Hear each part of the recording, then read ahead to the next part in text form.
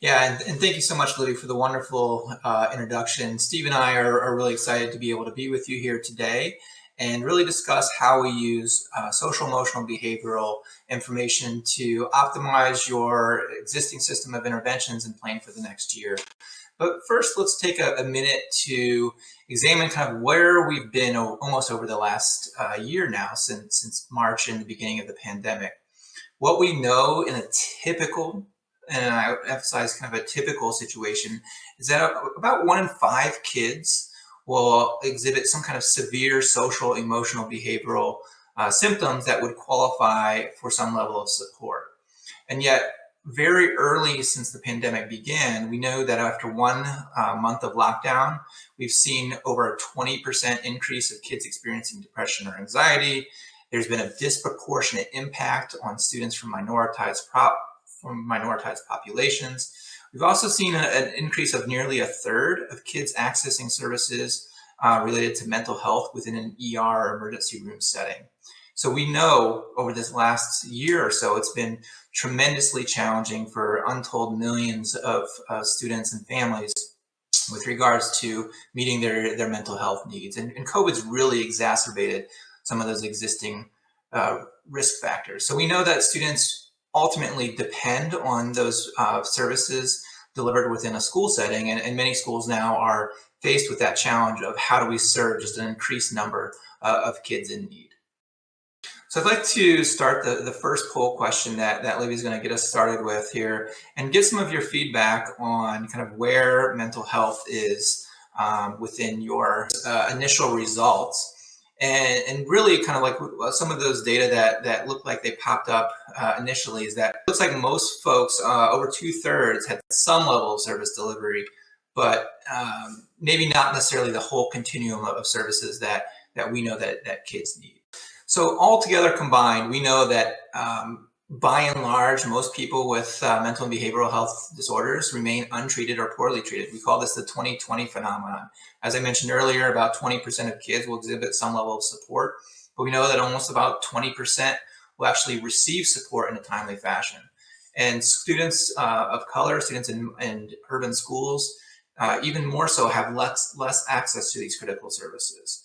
And yet, on the flip side, we know that some of the over-identification of certain student subgroups or behaviors, so for example, students with externalizing behavior problems from minoritized populations, but while conversely, we're also under-identifying or missing those kids, specifically with internalizing disorders.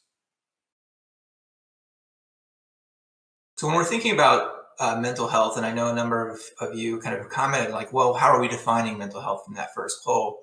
I think first it's important to note that academic success doesn't necessarily always equate to school success. We know there are other pieces of that formula that contribute to a really strong level of school success. So things like academic skills, social emotional skills, and behavioral skills are absolutely necessary to benefit from that high quality instructional environment. So when we think about social, emotional, and behavioral competence, or you see the acronym on the screen there is SEB competence, this is the display of appropriate behaviors and skills, but also the limited display of inappropriate behaviors and skills. So we think of this as from a dual factor model of mental health. So two sides of that same coin. So when we're thinking about looking at mental health or the mental health needs of our kids, it's really not only a limited display of some of those problematic behaviors, but we also want them to be displaying some of those pro-social skills, resilience, things like that we know are absolutely important. And research has consistently shown that SEB competence, or social, emotional, and behavioral competence, is a protective factor for students experiencing some of the mental health challenges, and particularly now more so than ever. So when we think about mental health and how schools are currently identifying students in need, we have known for a very long time that these refer, test, and place models really don't work. So on average, we know that kids, when they first experience a recognition of mental or behavioral health problems in schools, that delay can reach upwards of 5 to 7 years. So clearly, we need to take a much more proactive and evidence-based approach towards recognizing the early symptoms and signs of mental health needs. We also know that teachers differ in their ability to work with students. We know that a student teacher coming out from a college of education might have less experience in classroom management, dealing with student challenges than that veteran teacher of 20 and 30 years. And this really also gets back to kind of key perceptions of teachability and their ability to work with different students and their needs. By and large, we really don't know how teachers are not trained to know how problematic behavior must be identified prior to referral. For a very long time, the research has shown that classroom management, dealing with the emotional and behavioral challenges of students has been a traditional weakness of teacher preparation programs. So all that leads to a situation where we have students' behavioral and emotional problems either being under-referred or there's contributing to a referral service delay. So how do we do this? Well, in academics, universal screening procedures are widely recognized as the best way to identify students at risk for developing further problems. Think of grades first, second, and third. We're doing things like oral reading fluency passages, these very quick 1-minute assessment tools to identify these pre-reading skills that we know are absolutely critical and developmentally needed to advance into some more complex reading and academic achievement performance. And yet, mostly schools rely within positive behavior intervention systems, or PBIS frameworks. We know that many of these PBIS frameworks or other kinds of frameworks continue to rely on things like discipline referrals, suspensions, and expulsions as really a primary way to identify which kids might need behavioral or emotional support. And this is problematic because by its very nature, a discipline referral is reactive. Right? It only happens after the fact, and usually 2, 3, 4, maybe even 5 disciplinary referrals are necessary for a student to be triggered into that student support team that will ultimately be necessary to start that problem-solving process and getting them the support that they need. So next, we're going to move into our second poll question and get a sense out there for how many of you all use some kind of identification method when knowing which kids need that level of support, and how are you providing that level of support? So our next question is, how does your school identify students in need of social, emotional, and behavioral services? 1, we do not. 2, we use ODRs, or office discipline referrals, or disciplinary reports. 3 is we use some kind of screener, and 4, we use an evidence-based screener. And again, I'd like to thank you all for contributing to the poll there. I'm also monitoring some of the responses within the chat. Thank you again for contributing some of the responses. John mentioned that good PBIS systems absolutely use the screeners, and I agree. Have you noticed boys are more negatively impacted by COVID fallout than girls? I'll punt that question to Steve as well at some point, but some of the initial data that we've seen, I haven't seen a tremendous level of difference. Overall, we have seen a huge uptick, but not necessarily differentiated by gender. All right, so when we're looking at some of the data here, it looks like about 41% use some kind of disciplinary referral or disciplinary reports. 21% does not use anything, so about 60-some% or so. And then 22% use a screener, and only about 15% use an evidence-based screener. And we'll kind of talk a little bit more about what evidence might be necessary for you all to consider when using a universal screening tool to inform that process. All right, so as I mentioned earlier, the most common way that we address kind of systems-wide or school-wide is positive behavioral intervention and support, or PBIS. And really within a PBIS system, as any good multi-tiered system of support will teach you, is that overall, universally, that universal system should be effective for about 80% of kids. Tier 2 or more targeted level support should be for about 15%. And then those most intensive and individualized supports should really live at that 5% level. And within a PBIS system, we generally have some pretty consistent recommendations for what does a tier 3 assessment process look like, right? You have things like rating scales, and for problem identification, we have functional behavior assessments, or FBAs. And even for progress monitoring, we have things like direct observation, kind of very intensive, but also evidence-based tools that really inform that level of service delivery. Yeah, when we looking at our PBIS or any kind of integrated system, some of those recommendations for our assessment and decision-making processes are a lot less clear at tiers 1 and tiers 2. So for example, think about your school system.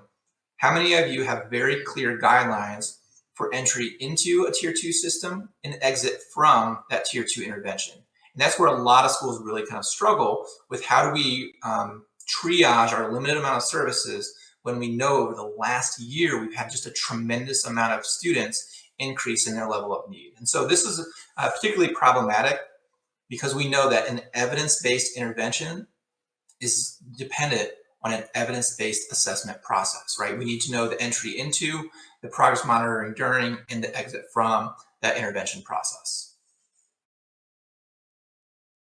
So now I'm going to turn it over to Steve, and he's going to talk a little bit about the universal screening system. Hi, all. Happy to be with all of you today and share a little bit about universal screening, some of our work, as well as our work specific to the SABRS, or the Social, Academic, and Emotional Behavior Risk Screener.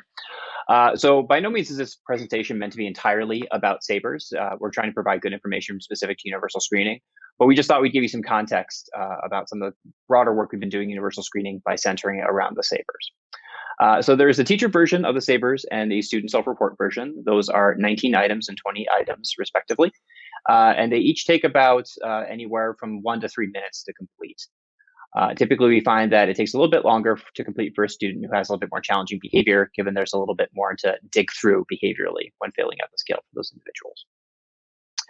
The cut scores that exist on the SABRS are criterion referenced, in that through the research that we've done, we've identified cut scores along the continuous scale that we get back for each screener that are most accurate in predicting which students are at risk and which students are not at risk. You get 4 scores from the SABRS, including a total behavior score, which is indicative of a student's overall social, emotional, behavioral functioning, as well as 3 specific scores, which we'll talk about in a little more detail soon. Some good aspects of the SABRS. It's brief and efficient. As mentioned before, it only takes 1 to 3 minutes to complete on average. And also because it's within the FastBridge learning system, there's automated scoring and reporting associated with it. So even though there's a cost to using the system, overall, it's reducing time that otherwise would be spent, say, by a school psychologist, special educator, digging through these, generating the reports, taking the time to do all this in, I don't know, Excel. And it's doing this in an automated fashion with an online system. It assesses multiple domains based upon social emotional behavioral theory. So not just looking at a student's behavior, but also their social emotional functioning, and then behaviors that are more relevant to academic performance, such as their preparedness for instruction, their organization, their academic engagement, etc. One of the things we're most proud about for the SABRS is into the diagnostic accuracy research that we've done. We've conducted numerous studies which suggest to us that the SABRS is accurate in differentiating students who are at risk from students who are not at risk, which increases our confidence in telling schools, hey, this is something you can use and isn't going to overwhelm your systems with students that you're identifying as at risk. And the students that you identify are most likely going to actually be in need of additional support. We have a Spanish version of the My SABRS. That's a student self-report version that will be available in fall 2021. That schools can select whether they want the students to complete the English or the Spanish versions. And then the National Center for Intensive Intervention, NCII, has thus far only rated the SABRS as meeting the criteria for convincing evidence of reliability, validity, and diagnostic accuracy. So as I mentioned before, the SABRS gives you 3 subscores. So these includes a social behavior score, an academic behavior score, and emotional behavior. Each of these scales is made up of both positive items and negative items. So for example, overall, a student is doing better socially if they are displaying certain social skills and they're not displaying certain externalizing problems that might otherwise impact their ability to establish and maintain relationships with other adults and peers. Similarly, the academic behavior scale includes items that are both, as I mentioned before, like academic enablers, things that allow the student to be prepared for and engage in instruction. It also includes some items indicative of attentional problems, which might impede their ability to display those skills. And then lastly, we have an emotional behavior scale. Within there are some items indicative of social emotional wellness or emotional well-being. Then we also have some internalizing problems that might impede a student's emotional functioning as well. So screening during COVID, some lessons learned, some information that we've seen through our partner schools and through our work with Fastbridge. The nice thing about universal screening, the way that a lot of schools are using this, is to get a somewhat of a temperature check on their school, to get an understanding of what is the prevalence of mental health concerns, how are students doing now, how has it changed from since we had them in face-to-face instruction, and how has it changed throughout COVID, and maybe either full distance learning or more hybrid learning. One thing that we've also seen too is the data will likely be skewed, as Nate referenced at the beginning of our talk. Mental health concerns are increasing, and we are also seeing a slight change in scores for the Sabres as well, in unfortunately more negative direction. So we're seeing it. We expected it. I will say it's not as quite as concerning that we thought we were going to see. There's certainly a great deal of concern, but what we're seeing is a lot of schools are trying their absolute best to support their students, and I think we're seeing some success there in the sense that it's not as bad as it otherwise might be. So tip of the cap to folks on this call and educators everywhere for doing the hard work. So screening can inform type and prevalence of risk, which should not be used to determine individual student services. So this is super important. Universal screening is meant to kind of raise a flag and to say, hey, something's going on with this student. We might want to look a little bit further here to figure out what's going on, and maybe we need some additional support. But it's not meant to be diagnostic and tell you exactly what's going on with a student. Every once in a while, we'll hear a school tell us, well, we use a referral system. So say a parent or a teacher can refer a kid, and we complete the Sabres for them to get an idea what's going on. What we already know is that if a teacher or a parent has already told you that something's going on with the kid, that there's likely something going on. The goal of the Sabres isn't necessarily to tell you exactly what the nature of the student's concern is. It's meant to just point you in the direction of maybe doing something more. So I'd say the Sabres is less informative as part of like a second gate in a referral process. It's really meant to be used with all students in casting a wide net to identify those who would need additional support. So an additional poll question for all of you. What is the primary barrier in your school, and that is cut off right now, or district, I think it says, to implementing integrated mental health services, including a universal screening process? So here are some options that we commonly hear from schools. The resources or time that it would take either to administer the screener or to have the follow-up to that screening process, right? As mentioned before, screening is meant to cast a wider net. So we're gonna most likely identify a large number of kids who need support, and there's additional resources that need to be dedicated to that. Occasionally, it can be staff buying concern, broader community support, including from parents who have concerns about the process, administrator commitment, and then lack of technical support or expertise. I don't know, Nate. I think we have a winner. I don't know how you feel about this process, but yeah, this is certainly really common from what we see from schools. Either that they're afraid, not that they're afraid, they're understandably thin, is probably a better term here, to adopt a universal screener, given the costs associated with the system, or because of the follow-up, knowing that it might exhaust resources to deliver that much intervention across that many kids. So I'm not totally surprised by this one. I still appreciate the information, but yeah.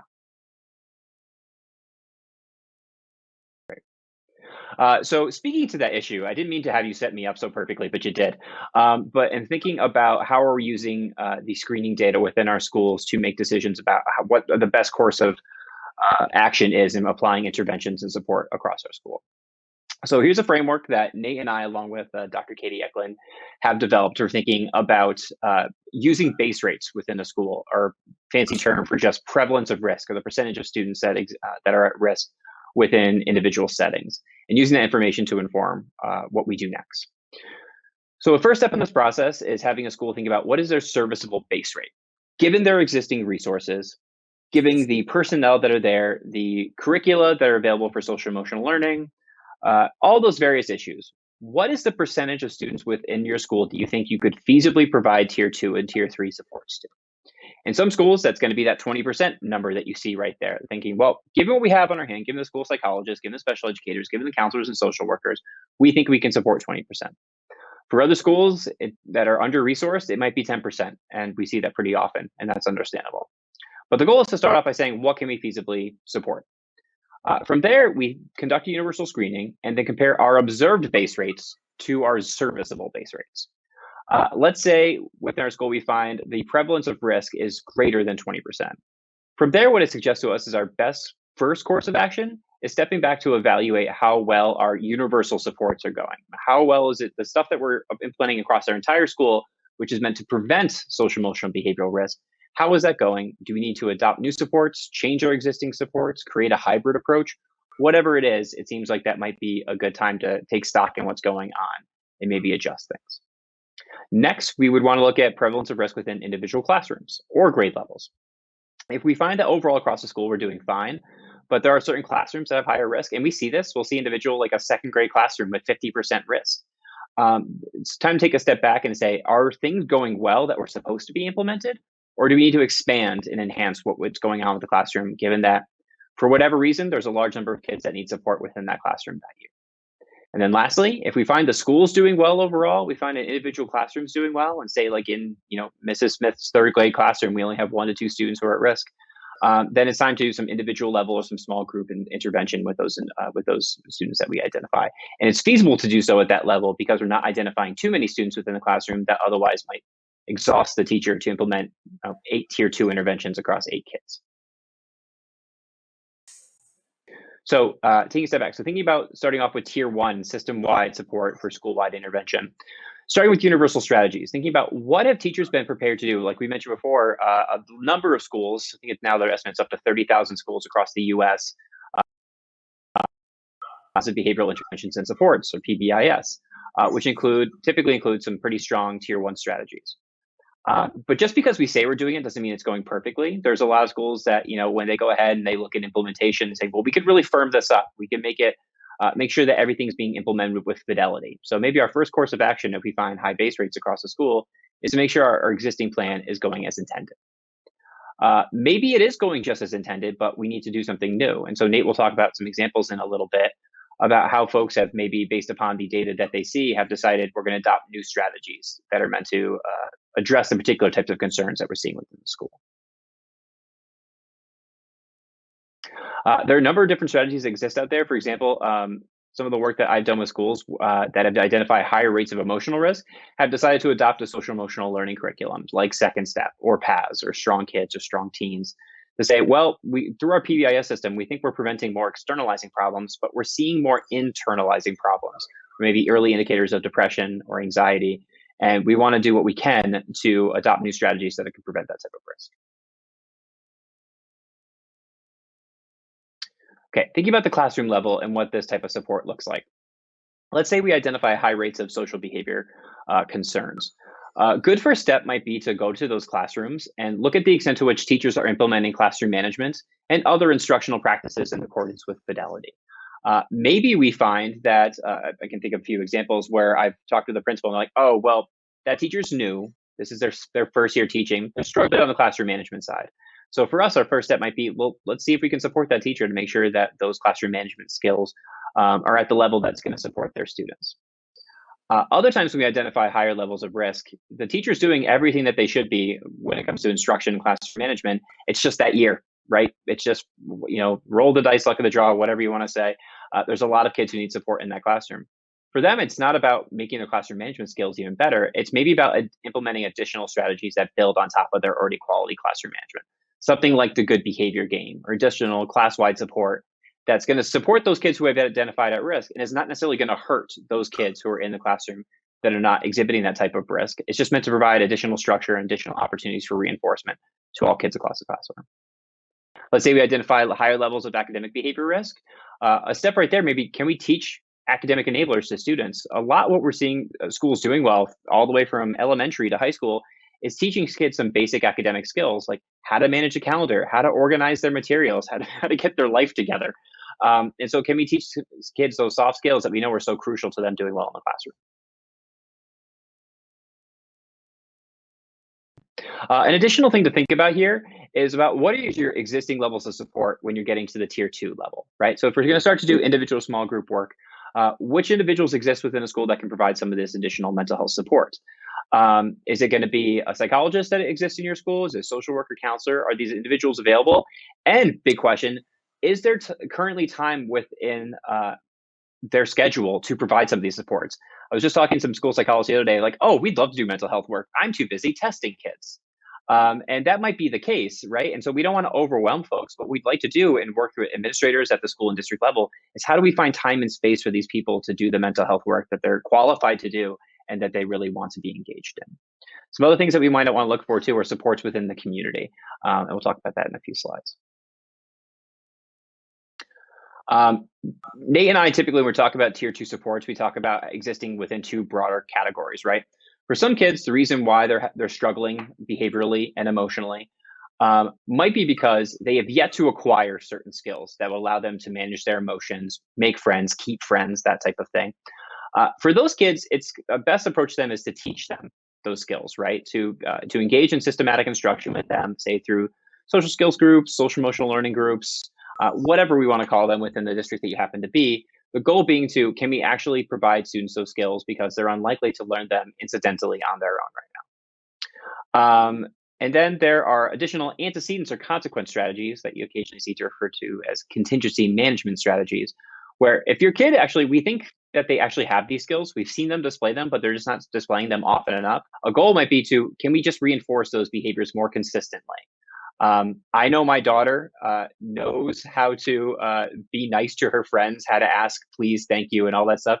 I just know she doesn't always necessarily choose to do it. So occasionally we have to change the contingencies around her to make it that she's getting reinforced more frequently for her engaging these skills and not getting reinforced for the times that she just rips that toy out of that kid's hands when they weren't expecting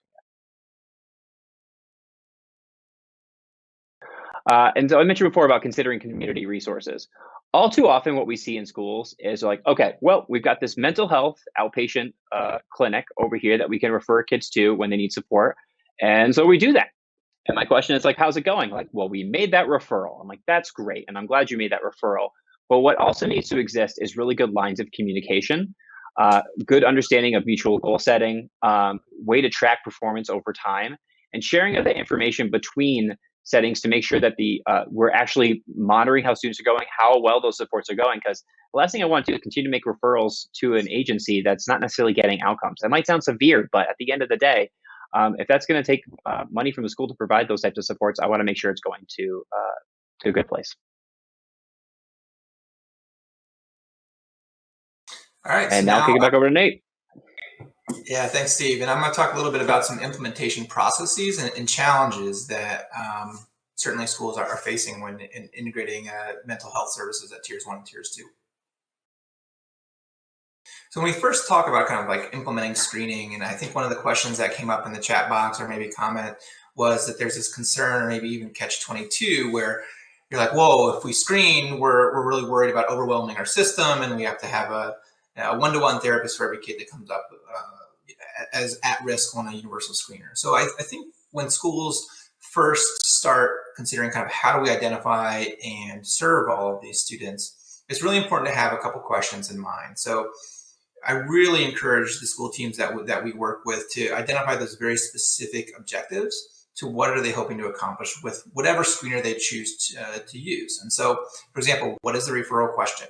Are you seeking to evaluate the efficacy of your tier 1 programming, your SEL curricula, etc.? Are you seeking to plan for your tier 2 interventions? A lot of schools this time of year are using screening to do resource allocation in anticipation of a lot of students coming back in the fall and the resources necessary to serve those mental and behavioral health needs.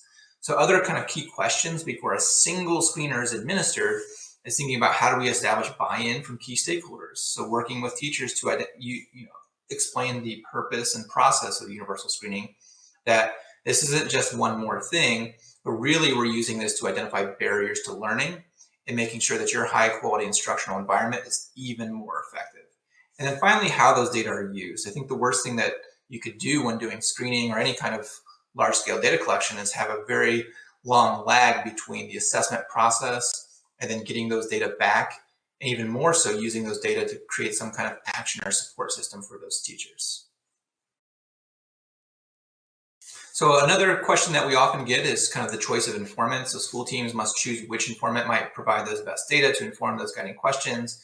So for example, we often recommend teachers the primary reporter up until about middle school, where student self-report really plays a big role in middle school and high school. Another question that came up was, are these used within virtual systems? And I'll be real with you all. To my knowledge, there's no universal screening tool or any assessment tool that's been validated and developed for use within the middle of a pandemic, right? I think we're all doing our best guess and using our evidence to inform our decisional processes. But I think with any kind of data collection method, caution should be urged, particularly when the environmental conditions are so significantly different than what the tool was developed for use. In terms of timing and frequency, I think schools first should identify which grade levels to begin.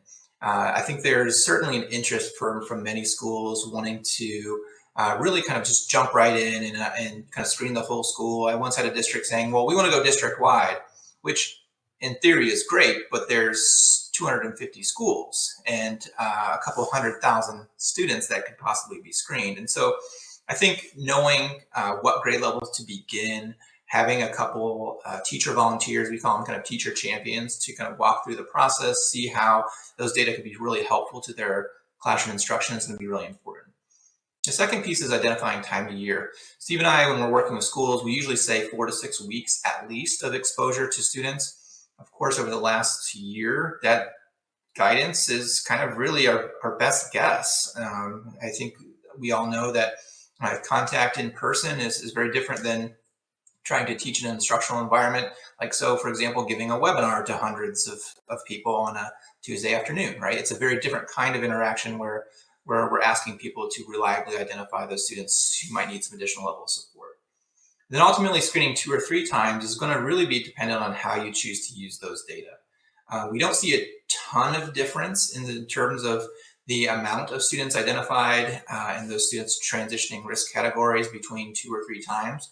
Rather, those districts that are using screening twice a year are usually those that are most interested in informing their Tier 2 services. Districts that are screening 3 times a year are really using those data to evaluate the efficacy of their Tier 1 as well. So it really kind of depends on the referral question that you're most interested in. In terms of data use, teams should really be looking at how those data are going to be used at different levels, right? So as Steve walked through, are you using those data to inform your Tier 1, your grade level services? Are you also using it to look at different student subgroups as well as total score versus subscales? So for example, it's important not only to identify what kids are at risk, but what type of risk is exhibited. So that social behavior risk, that emotional behavior risk, things like that can be really informative to that process. So when we're actually having those data back and then using that to inform some set level of service delivery, it's important to specify to your raters, which are your teachers, or maybe sometimes your student self-report, is to know when those results are available. So whatever screening system you choose to use, it's important to have quick reporting and scoring so that the problem-solving team immediately has those data to begin the actual process of supporting that intervention process. Parent notification should also be distributed when any time there's a change in the general curriculum. I emphasize the general curriculum because screening, by and large, depending on your state laws, is able to be done without active parent consent, rather use of a parent notification process. And we can kind of get into the legal aspect of that too if there are any audience questions. But instead, you want to do parent notification, and if there's a significant change, so for example, a pull-out intervention group, that's where the parent consent process does come in. I think it's also really important to know the limits of screening data. So decisions upon these data must be defensible and consistent with why the screener has been validated for use. So for example, you wouldn't use a strength-based screener to inform some level of specific Tier 2 intervention, right? It hasn't been validated for that specific purpose. On the same token, you don't want to use a screener that is strictly deficit or problem behavior focused to inform your SEL curricula. Again, a very kind of different use for how that tool was validated.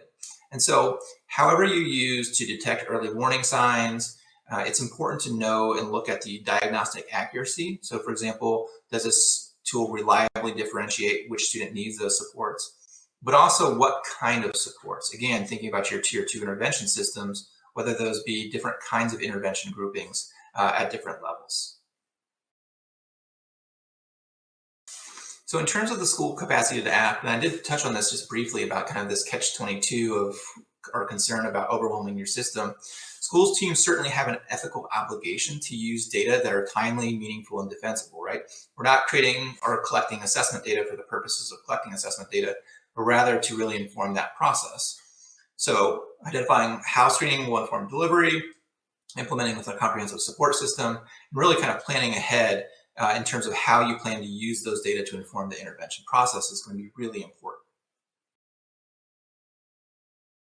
So when we're thinking about kind of moving forward and how to move into this process, there's a couple different ways and considerations that you can use when thinking about using screening data to inform intervention. So for example, in one school, we first started with our intervention team. We went through some of the resource mapping, which I'll show you in just a few slides. We used a school-wide screener with the SABRs to identify the level of risk across the entire school district. We then looked for kind of different hotspots. So for example, which classrooms in particular needed some extra level of support. That was the data review and strategic planning process. And then ultimately, we implemented a certain set of interventions in different classrooms. So for example, check-in, check-out was in one classroom. We also did the good behavior game in another classroom. And then we put into place a procedure for progress monitoring and ensuring the procedural integrity of that particular intervention. So when the school first got some of these data back, and I'm going to show you some sample data of what this looks like, and these are data from the SABRs, as you might guess. This school looked at their overall levels of risk, and they saw 12%, 12% in social, 13% in academic, and 18% in emotional. So for these kind of data, the school decided to focus on the emotional concerns as noted by some of their screening results. And so this next slide here, they not only looked at the different types of risk across the entire school, but then they started focusing on specific grade levels. So you can see here, for the students that are kind of at risk or not at risk, the at risk is in the dark blue. Their school team decided to focus on 6th grade and 8th grade in particular. 8th grade had the highest level of or number of kids at risk. And then finally, they used subscales within grades. And again, for a further level of targeting of those intervention supports, the school teams focused on kind of 6th and 8th grade, as well as the amount of students at risk in particular areas. And you can kind of see that there a little bit in terms of the different levels and percentages of risk per subscale. So in terms of kind of how to plan for different kinds of interventions, there's a couple different considerations that school teams look at. And first, that's credible research. Do the school team have those relative clinical expertise? So for example, if you're doing cognitive behavioral intervention systems for trauma, do you have somebody that is able and has that clinical background to be able to provide that level of support? Does the sample characteristics or population that you serve match the evidence for that particular intervention? And then ultimately, do you have in place some way of evaluating the efficacy of that practice or program? So when we're first going down the intervention process, and Steve mentioned earlier, this idea of identifying base rates is one way where we're actually going down almost on a minute-by-minute basis and identifying on average, on a weekly average, how much available intervention minutes do we have in any particular school. So for example, with tier 2, we might have 12 teachers that are trained in check-in, check-out. This takes available approximate minutes is about 60 minutes. So 12 individuals, 5 minutes per week. That's 1 minute per day, right? So we have 60 minutes of check-in, check-out intervention time. And you go through each different kind of tier 2 or tier 1 intervention per different kind of categories. And we use the SABRs category here. Really, you can kind of map that onto whatever screening tool you use. So in the next phase here is we do a lot of intervention mapping.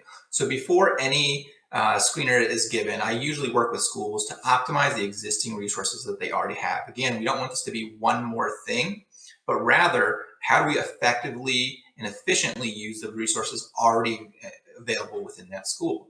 So again, using the SABRs as a framework for discussion, we broke it down into the social behavior risk category, the academic behavior risk category, and the emotional behavior risk category. And then within tier 2, we consider 2 different levels of tier 2 intervention supports.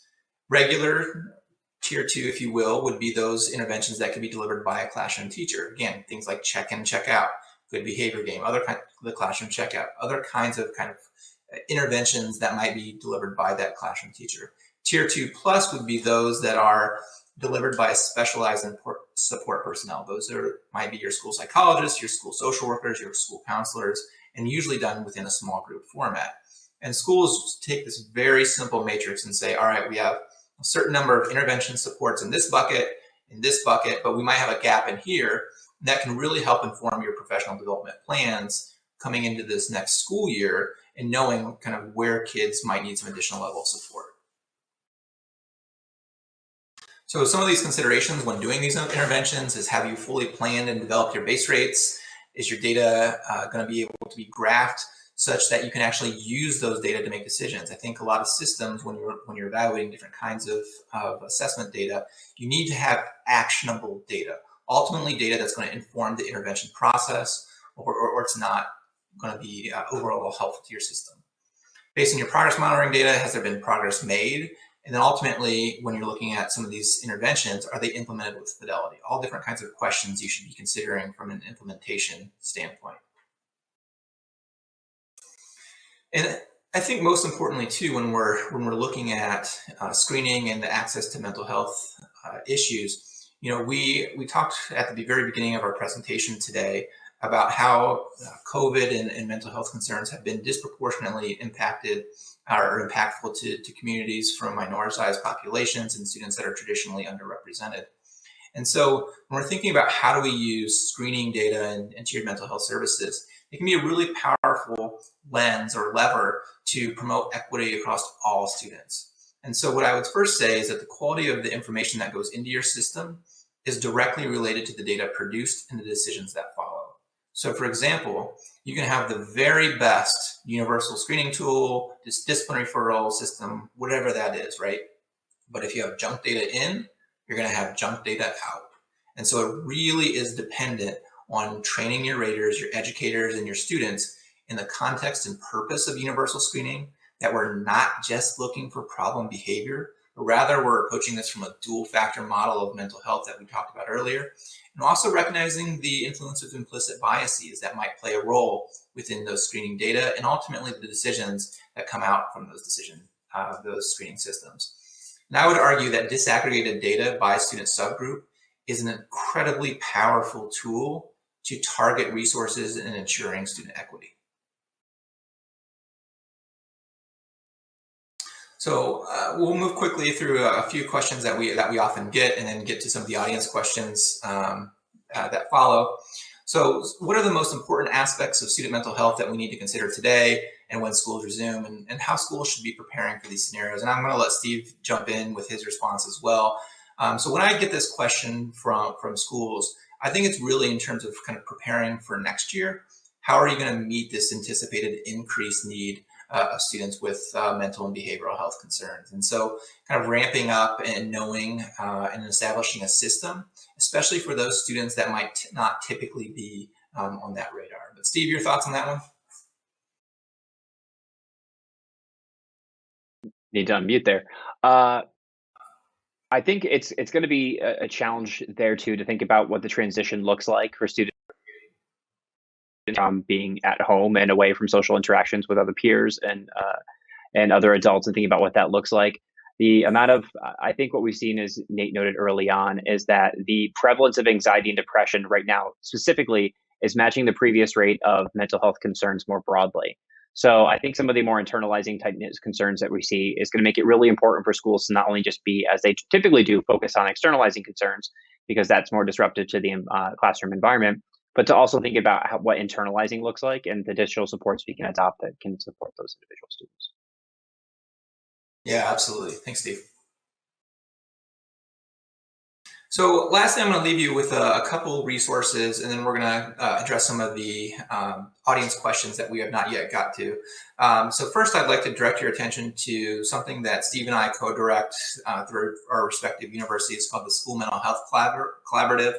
And that's a new National Research and Technical Assistance Center where we work with schools from all across the country in terms of supporting their integrated mental health services. You can find that at smhcollaborative.org. We've also included an open Dropbox link at tinyurl.com/universal-subscreening, which has a plethora of resources to help you along your integrated kind of screening to mental health intervention journey. So things like sample reports. We've created a best practice guide for universal social, emotional, behavioral supports, things like that I'll highlight in just a second.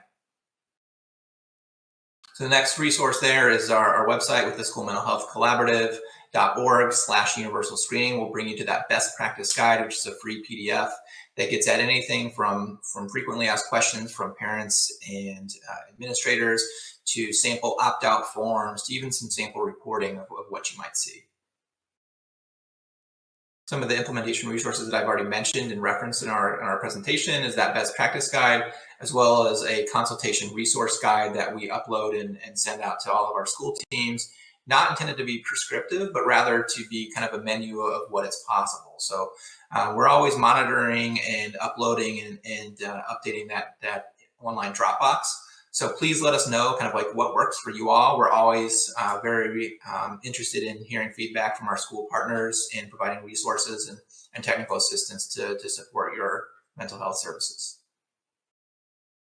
And some of those mental health services or guides look like, so there's an implementation checklist you see there from one of the guides that I've posted. So some of the questions that school teams might ask themselves when starting on this process of, what are some of the things that we need in place when we are thinking about universal screening, so we make sure that it's a successful assessment. Here's some of the frequently asked questions. And then lastly, some guiding questions for developing protocols for using universal social emotional behavioral screening data. Thank you both so much for your presentation. We do actually have a plethora of questions, so I'm going to jump right in here as we are limited on time. There was quite a few questions and comments related to how we support teachers with their own mental health, as COVID has obviously impacted adults as well as our kids. Is there anything that you would recommend in terms of self-assessments that we could be administering to teachers, or ways that we could practically support them first before transitioning into helping students? Yeah, I think some of the research that has been done thus far, including by Stephen and some of his work, is looking at the impact of student well-being and student emotional states on teachers and vice versa. We've known that teachers that are more stressed out are more likely to rate kids at risk, for example. So it's very important to both address student well-being as well as teacher well-being. In terms of student or teacher self-assessment, I would encourage schools to think about how they might use those tools in a way that's going to improve some kind of intervention service delivery. And if there's enough teachers that are stressed out, and quite frankly, I don't know too many teachers that are not stressed out right now, maybe just go right into intervention, right? If your whole staff needs that level of support, I would say jump right in and not wait for that assessment. Thank you. Oh, go ahead, Steve. No, I was just going to say, yeah, we've done some research that suggests that it's a little bit bi-directional, kind of chicken or the egg, but student risk rates in the classroom are related to teacher stress and burnout, and overall their feelings about their ability to teach and manage classroom behavior. So like I said, it's a little bit chicken or the egg. Is it the behavior that led to those challenges, or those challenges with teachers that led to those student challenges? But regardless, we know that those things are interrelated. So as Nate says, good teacher support is going to be crucial here. It's going to be about, if we're starting to ask teachers about their own mental health, we want to be transparent about how we're actually going to help them rather than just collecting more data. Excellent, thank you. There's another question about how to judge the fidelity of implementation. In particular, this question asks, should we be using tiered fidelity inventory and self-assessment surveys to help judge the fidelity of our implementation? Yeah, I love that. I think if you're a school that's implementing PBIS, something like the TFI or the benchmarks of quality, the BOQ, there's a plethora of fidelity measures that can be used to assess school-wide implementation. What I'd also suggest as part of that is just going to look at how individual teachers are doing with regard to implementation. I can think about a school that I was in. They had a school-wide reinforcement strategy, so they would hand out bucks, like whatever, Cougar dollars or whatever it is to students when they're engaging in appropriate behavior. And I walked past the classroom. I saw a teacher at the door as students were leaving. They were just handing out bucks for each kid, saying, "Have a great day. Have a great day. Thank you. Have a great day." And that's in accordance with the principles of specific, direct, positive reinforcement. And how it's meant to occur within a PBIS school. So for them, it's about, can we support teachers in making sure the plan's being implemented with fidelity? So yeah, use of those measures and other observational strategies makes a ton of sense. Nate, you had mentioned at one point that you could potentially elaborate on the issue of parent buy-in or informing parents and how that relates to legal concerns. So we had a question come in about if you could elaborate on that a little bit further. Yeah, I think getting into the weeds of specific state and federal legal guidance might be beyond our current conversation, but I will say there are a couple of kind of principles to follow. First, you need to be selecting something that's going to be legally and psychometrically defensible from a screening instrument, right? If you're going to collect any form of student-specific data, that data ethically and legally must be informative to some level of service delivery. In terms of universal screening, and again, under the Pupil Protections Rights Act of 2016, collecting these kind of observable classroom level data when completed by a teacher, generally under federal guidelines, is allowable without active parental consent, but rather is necessary for parental notification and potential opt-out. Again, a very big difference there. We have actually written an entire section on legal and ethical guidance within that best practice guide that I encourage you to check out. But in terms of your specific state or even district level guidance, it's really important to check with your district level attorneys to review those different policies. But in terms of overall federal guidance, that is an allowable activity. The big kind of differentiator too is kind of if you use those data for a significant change for an individual level student. And Steve and I are very clear and kind of cautious with kind of how we use screening data, that it shouldn't be used for an individual level of intervention, right? These are not diagnostic tools in the sense that it's a one-to-one correspondence, but rather how do you use this at tiers 1 and tiers 2? Excellent. Thank you. I think we have time for one more question. This one came in and asked, how do you maintain data? I use an Excel spreadsheet and add notes, but getting it into an easy to read graph, it can be somewhat of an enigma.